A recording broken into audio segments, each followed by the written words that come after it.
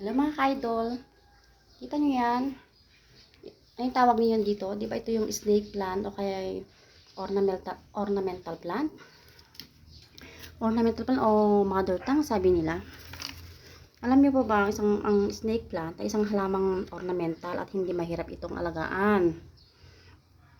Ito rin pala ay nakakalinis o tumutulong sa paglinis ng hanging nalalanghap natin tuwing gabi. O di ba? Pero ito ay isa rin palang uri ng halaman na nakakalason. Ito ay nagtataglay ng lason na maaring makapagdudulot ng pagsusuka, pagkahilo at pagtatae.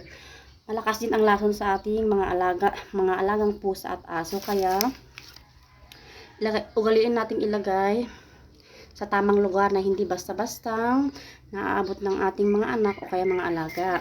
Kaya tingnan nyo.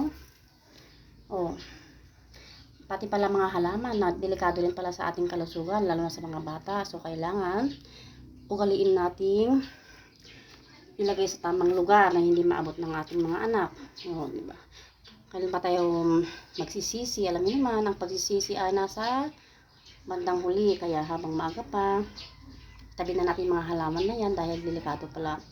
Hindi naman siguro masamang mag-alaga. Pero pagsabihan na lang natin yung ating pamilya o mga anak na wag nang paglaruan kaya sa mga alaga natin, di ba? Maraming salamat.